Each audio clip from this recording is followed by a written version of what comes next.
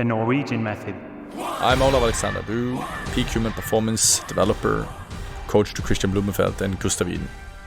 I'm Dr. David Lippman, a health and human performance specialist, and welcome to the Norwegian Method podcast.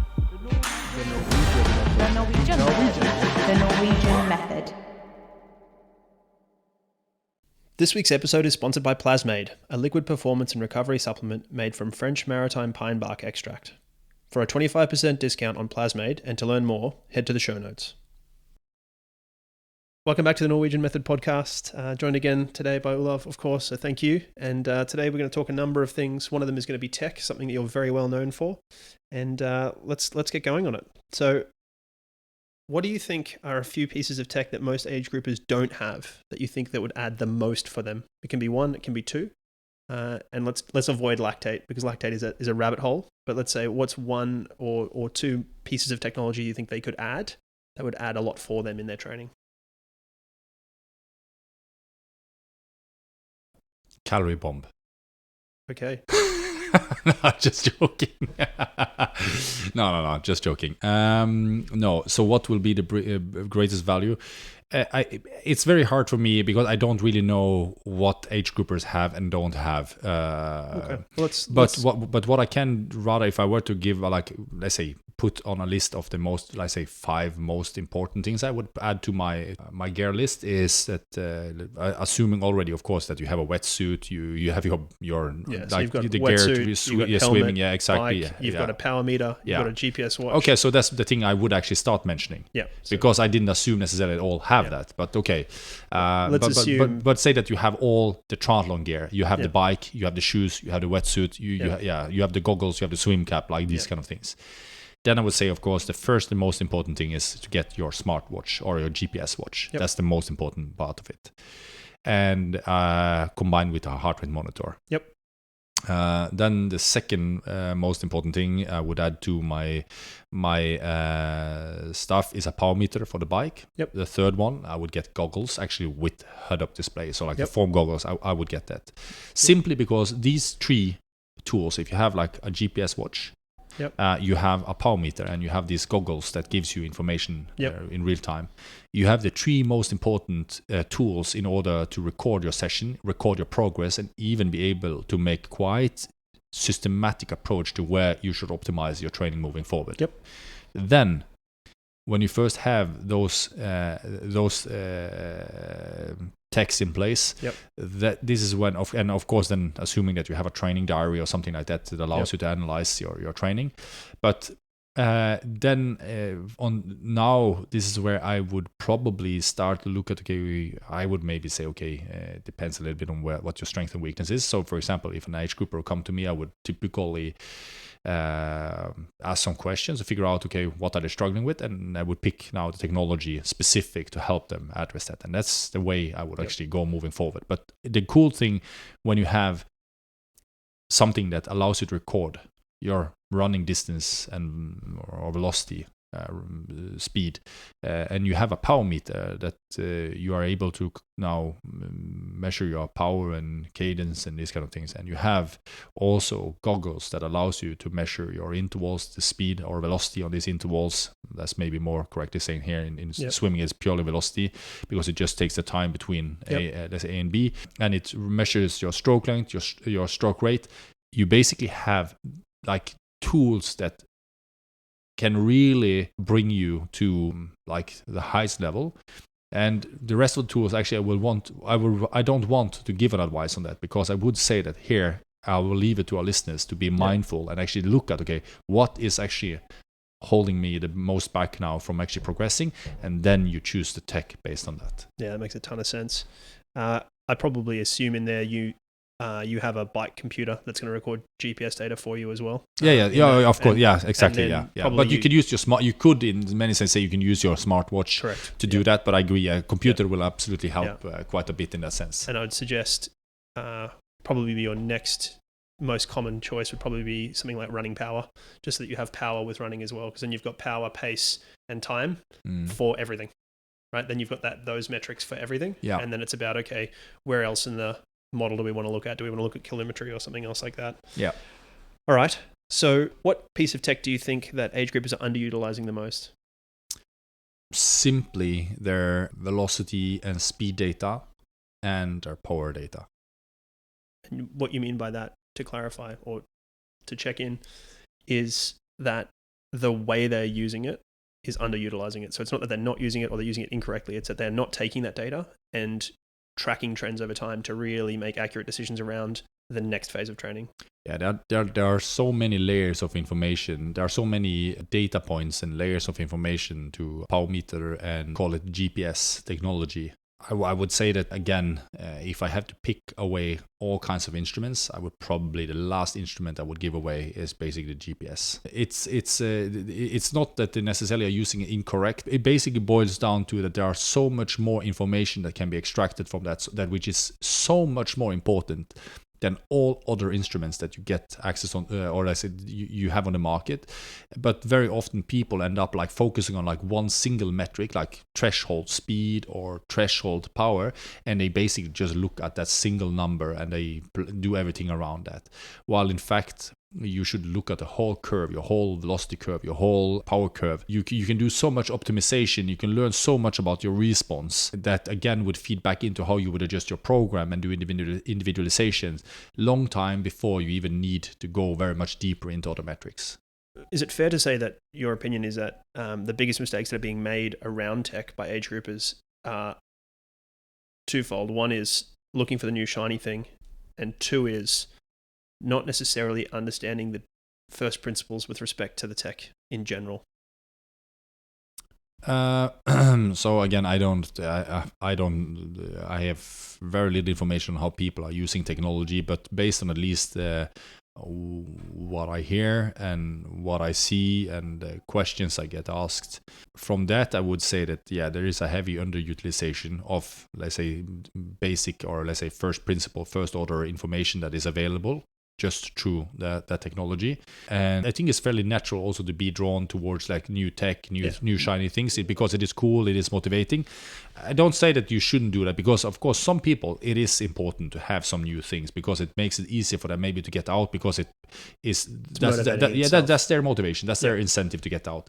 And then absolutely, if that's what technology is for you, absolutely use it as a way of getting out and do training, because in the end, training is the most important thing to do. And for some, they just want to be out and they don't even have to want to be bothered with technology. But we are different. We're all different. Myself, I have to say that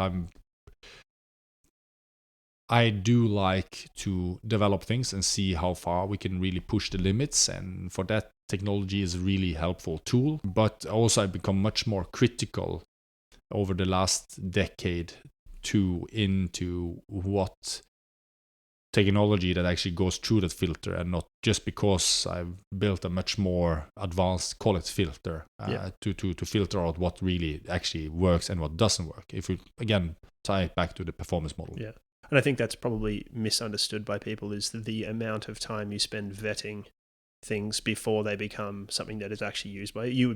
You would be personally using it and testing it and working out how you would use it before you bring anything to Kristian and Gustav. Like, it's not, hey, let's go play with this. It's like, no, let's really test this before we decide to even bother. Actually, not entirely.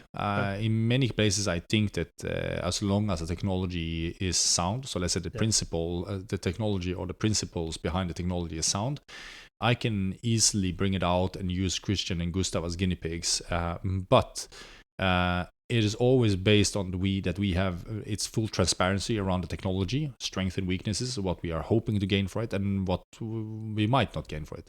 Because what I do think the technology, when you do it, call it, or what I would define as at least one right way, is that one is open about that, okay, this is what we're trying to achieve, but we might not achieve it. Yep. But what I feel that it does is that when you do that, is that it increases also the awareness around what you're trying to achieve as well.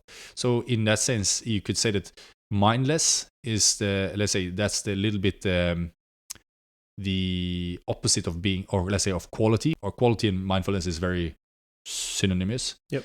And if a technology, even though it doesn't work, but you start to introduce it to figure out, okay, does this work or not? But it is with the goal of exactly like moving the attention onto something that you want to improve. Yep. And you spend your next 4, 5, 10, 15, 30 next training sessions trying to figure out whether this works.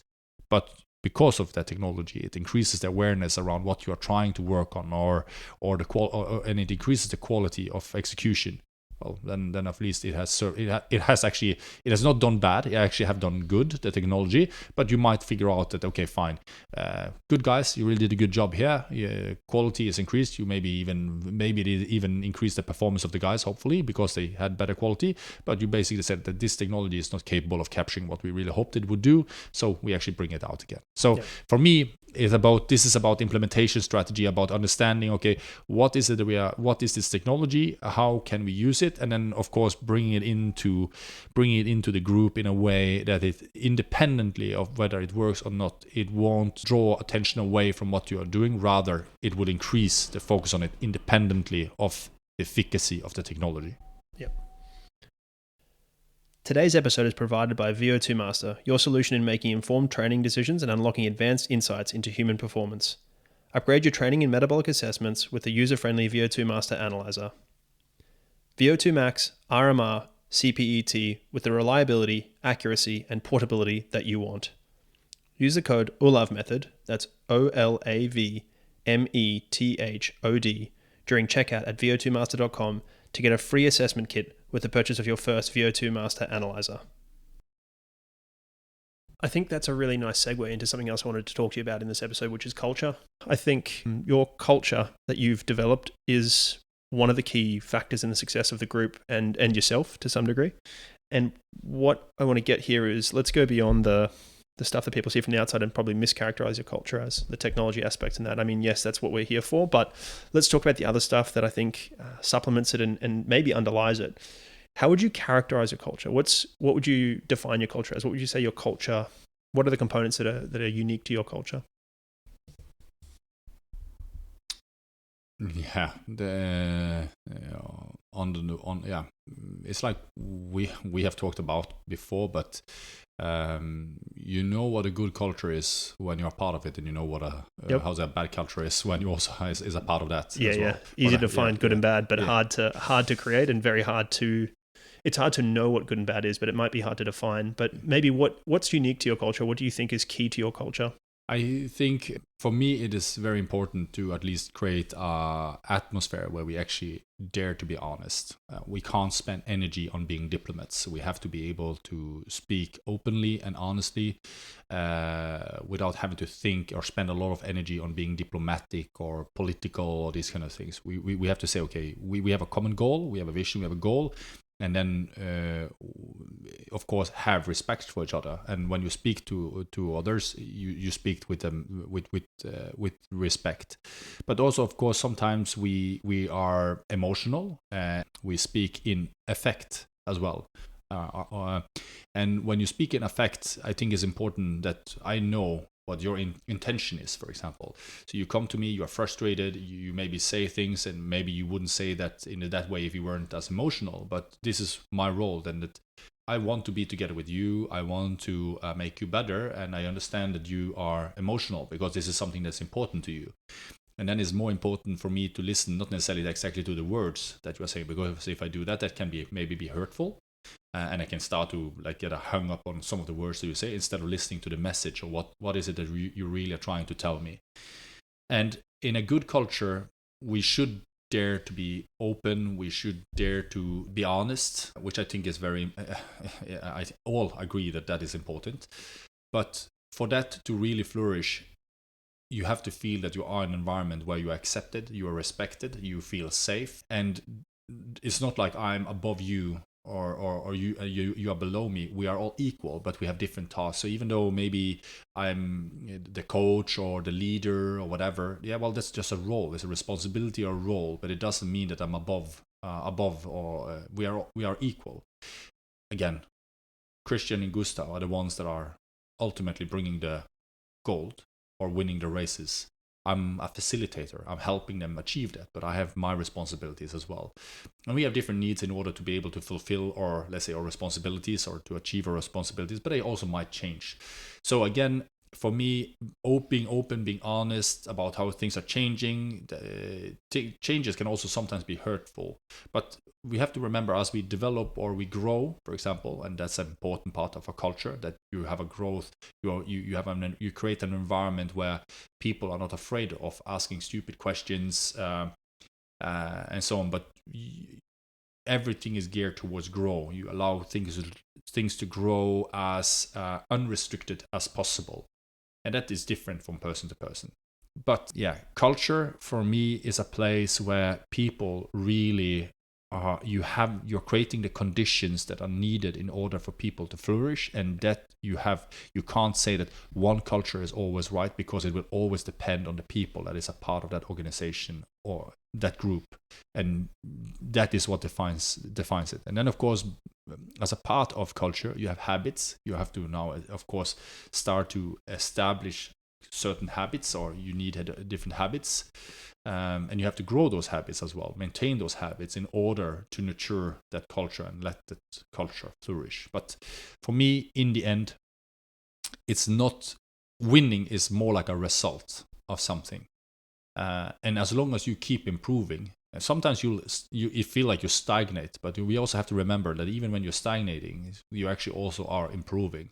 It's a perfect condition maybe now to train your grit, for example, train your patience, your willpower, because that is what is required in this stage.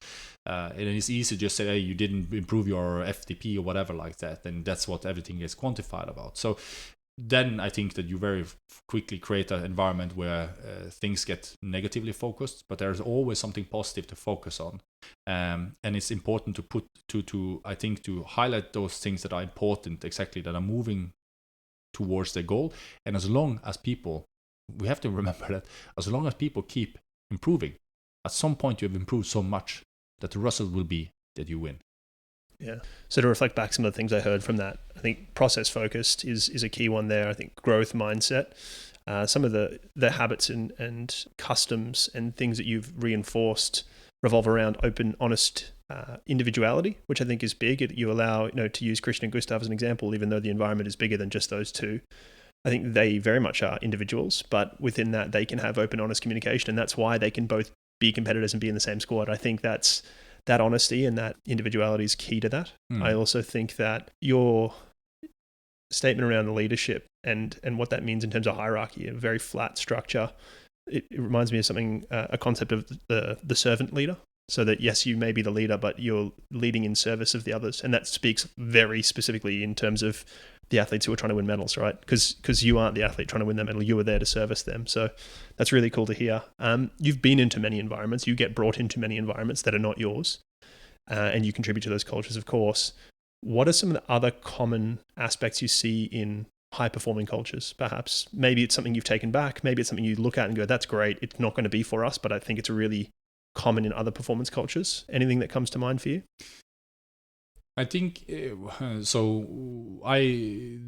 we all have our own motivations, of course, and it doesn't mean that necessarily, so if you define this, for example, as servant leadership, it doesn't mean necessarily that servant leadership will be effective in another culture, because we people are different. That's why also there's important to align an organization as well, because if you have too many people with very different needs as well, it doesn't mean that you can really create something really good from that, but it requires much more energy, and then that also requires that you can spend less energy on other things that normally you would have to do in an organization.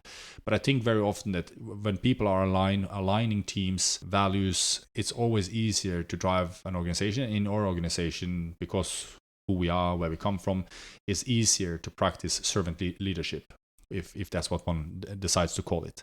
In many of these other cultures where I'm brought in, I also see that there are other needs. For example, you can't, for example, if you went in and you tried to do servant leadership, people will just become paralyzed, because they need somebody really to be like a very visible leader, like giving very clear directions. Maybe it tends a little bit towards more like micromanagement. I don't like micromanagement, but where people they are really effective really effective if they have like clear tasks, clear expectations, these kind of things, and they don't want a lot of autonomy.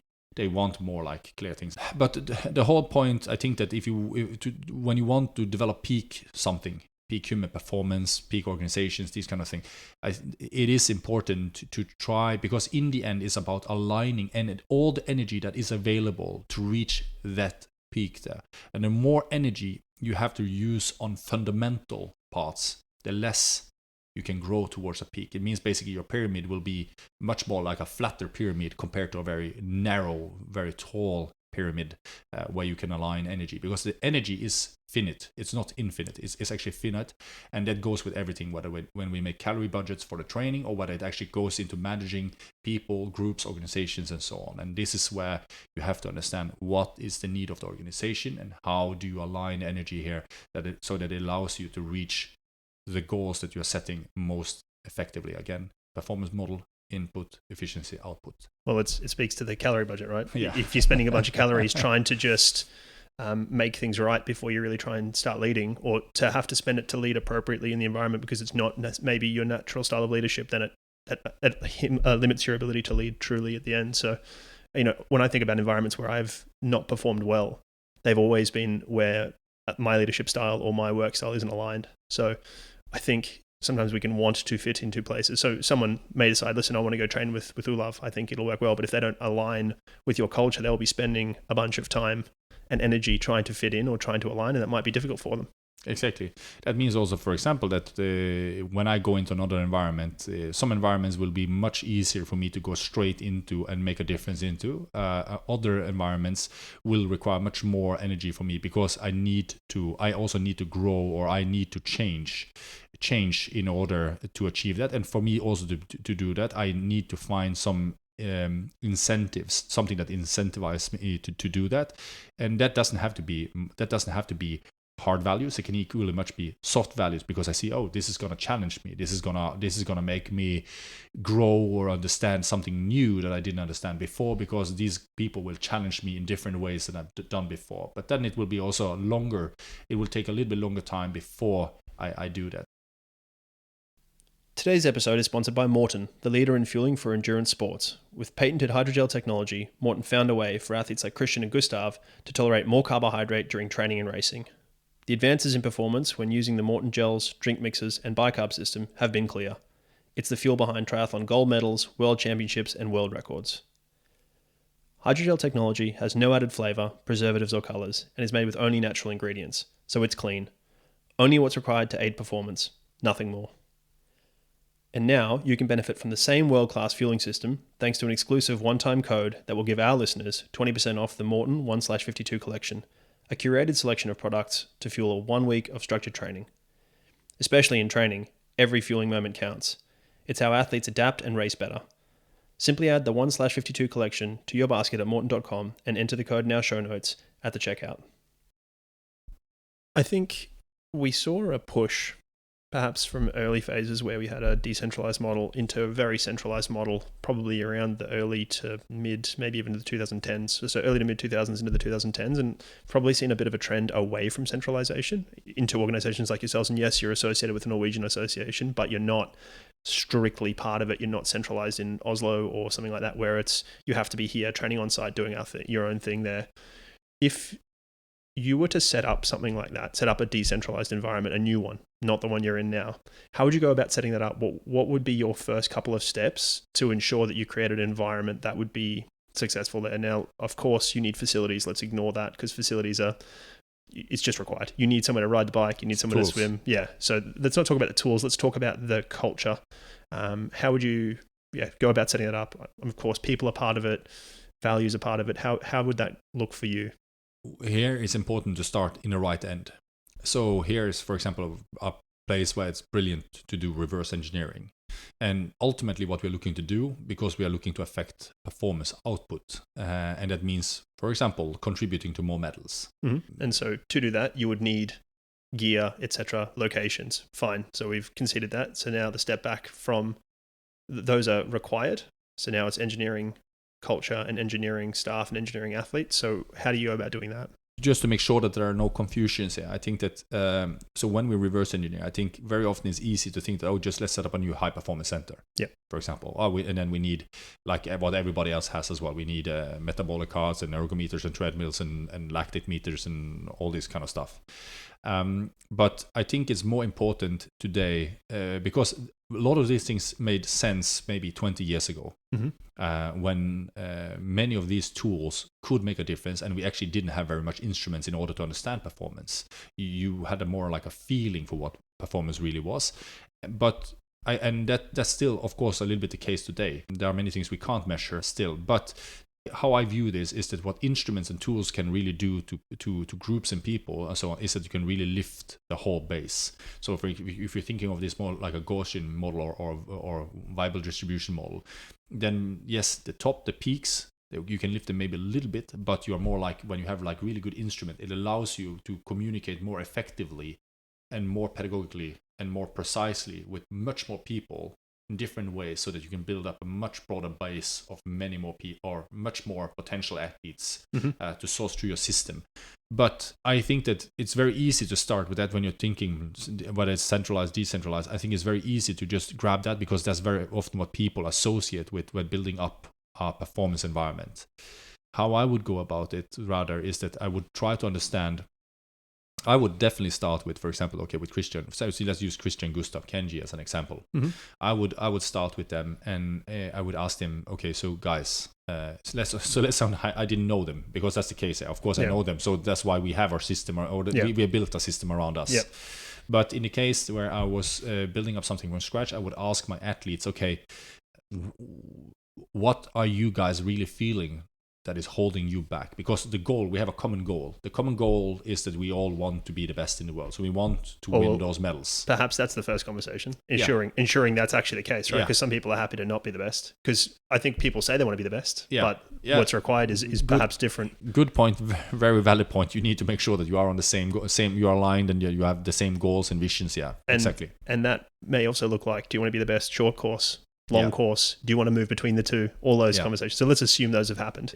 And so the next step is then, what's holding you back from doing that? If you knew that exactly, it would probably be fairly easy. It would be a little bit more like a question, so why didn't you do that already? So it's more like you probably have a feeling or you have some ideas, and that's where you need to start. You need to explore and see how you can address those ideas. And as you start now to work together, and you're gradually also starting now to build an environment around it as well.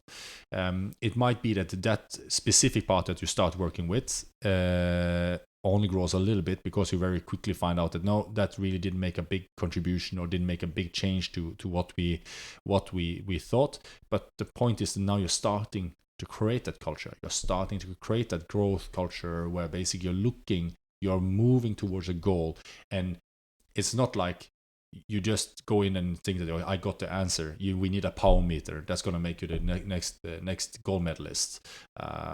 It's more about exactly that you are creating environments and you have a common goal, and then basically we have different tasks. So Kristian and Gustav focus, for example, in this setting, for example, on their training and executing on that and being the best at that and providing feedback on how they feel changes are happening for them. And at the same time, for me, then to adjust and make changes, build organization around where we start to learn more and more about what is really needed in order to drive that change. And that change will then eventually also start to gradually change, also change as well, because it's maybe as they get better and better at that the need for that becomes less and less. But the thing is that what's happening now is you are cultivating culture, you are cultivating habits and a way of working, methods, processes that you also become more and more efficient at. And that is very often overlooked, or we forget that in the whole process of becoming better, and we get overly focused on something that we invest in early on, and then we just almost try to protect that. That's who we are. And for us, even over the last decade, the needs have changed quite drastically. We started out with one thing, so I went in and then I was observing Kristian actually first. One of the places where I saw it was not like they didn't do any of course they used FTP, and they used also a little bit of lactate, but there are many ways to use this. Of course. And this is basically why I saw here there's a big room for improvement. So we started now we started actually first with intensity control and individualization. That was the two single things that we started first with, and then we just expanded on that in 2017. So this is now the first full year after the Olympics, and this is when we have started now to implement the changes for athletes. And in average in that group, they had an increase in on, let's say, key metrics or performance metrics of almost, I think it was 19% in average, which is astronomical. It's not significant, it's astronomical. And these are world-class athletes already, right? They were already in the Olympic Games. You're not taking Joe from the park and improving him 19%. You're talking about people who are training with the Norwegian organization already in a high-performance environment. Yes. And you're trying to improve them incrementally. Yeah. It just so happened that marginal gain was more than marginal. Yeah. Because normally, statistically, you would expect like 1 to 2% change in performance until you reach peak in your career. Yep. And hopefully, you are good enough then to reach your goal. Hopefully, maybe that's a medal. Yep. But Kristian, Gustav, and Kasper, they had an increase of 19% in average, and that was purely because we saw that it was not that they didn't try to control the intensity. It was not because they didn't have zones, for example, training zones and these kind of things. Because I think the Olympic Federation in Norway is well known for having zones, but it's just that it just more showed that.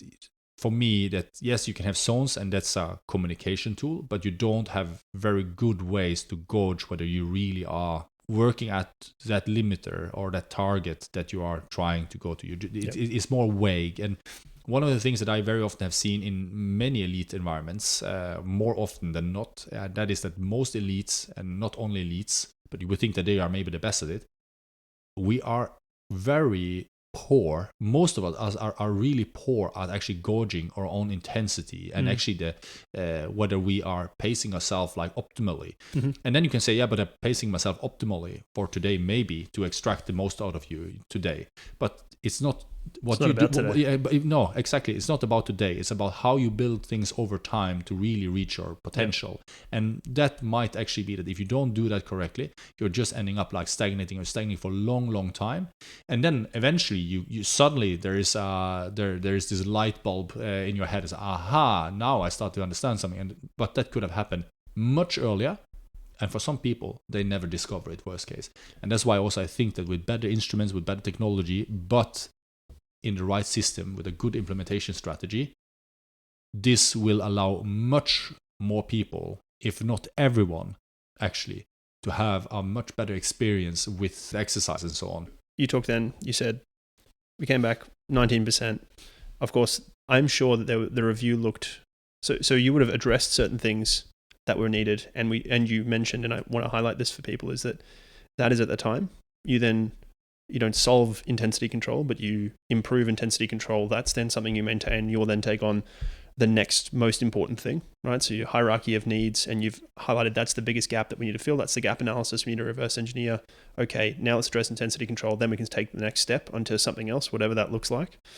That review, of course, you brought statistics. Here are the key performance indicators. This is what changed. How are you guys feeling about this? What do you think? What's working, what's not working from a subjective point of view, not just an objective one, because objectively, there's nobody that sits in that room and goes, yeah, that was a bad season, right? So it's subjectively, what do you need to improve? What else goes on in that? Is it about, again, we're talking about culture here. Is there a discussion around needs in terms of things that are not necessarily specific training, or is it mostly around training and maybe some discussion around what needs to change from something else? No, so I think also that one thing that is also maybe underlooked or and undervalued is that when I started working with Kristian, Gustav, and Kasper, this was something that they not only did they see that there was a change in results, but they also could feel it. So they could just like brute force feel that they were getting stronger. 19% is insane. Yeah, and it happened over a fairly short time as well. Yeah. And when you feel this, of course, this becomes very positive reinforcement as well. There's high buy-in when you're succeeding like that. And so then what you say, as somebody who's coming into that environment, you've stepped in, you've made a huge difference. All of a sudden, there's this whatever he says goes now, right? There's a huge win from you from a buy-in perspective. Exactly. There. And then, of course, it's important to then pick the next thing that you basically still also see that will make a difference as well. not what I necessarily want the most, but it's more like, okay, what will make the biggest impact on the performance output? And as you do this a couple of times, basically you can start do more or less everything. Yeah. But what I mean by everything is more like the acceptability to do more experimental stuff also increases, because people understand that the reason for why we do also experimental stuff is because competitive advantages, if they have been written in a book, it's not a competitive advantage anymore. And competitive advantages is something that is dynamic. It might even be sometime even retro, because people, and what I mean by that is that it's not like what have been a competitive advantage today will never be a competitive advantage again in the future, because it depends on the environment and how things are changing.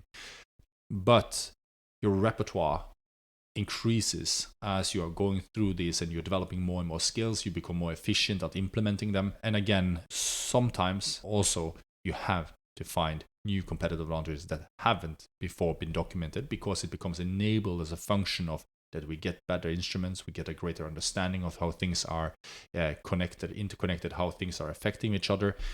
And that is also where you go into what would typically be classified as diminishing return of investment. Mm-hmm. But in reaching peak human performance, you can't consider diminishing return of investment, because at some point everything will be diminishing return of investment, and then it's just a question of who takes that investment. Yeah, and so it's the marginal gains theory, right? Yeah, it's exactly what that is. It doesn't matter what it takes to get that gain. That gain is worthwhile, because that might be the difference.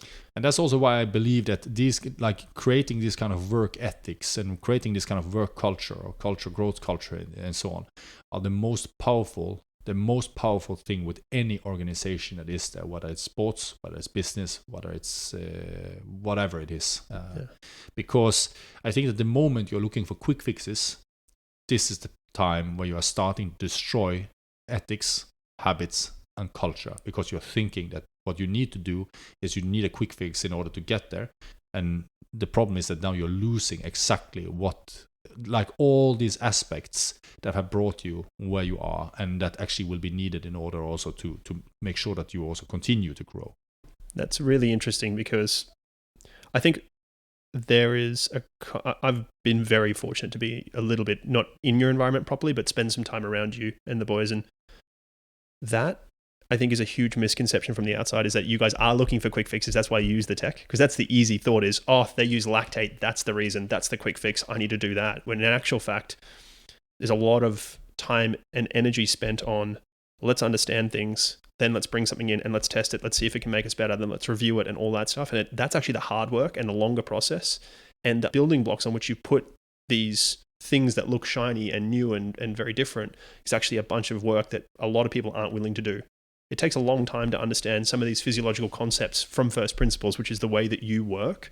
And it takes a long time and a lot of energy to be really disciplined with intensity control, because there's a reason that it's not so common. And the reason is because it's not necessarily as fun, and it takes a lot of work. And so I think that's a really good way to end the podcast. So thanks so much, Olav. And we'll see you next time on the Norwegian Method podcast. I know that was a short one, but I really enjoyed that one. I'm sure you all did too. Some different stuff in there, some things to think about, some things that you probably didn't expect from this podcast. So please do share that with somebody who you think would enjoy it. Of course, if you haven't yet done so, please rate and subscribe to the podcast. Thank you again, and we will see you next week. The Norwegian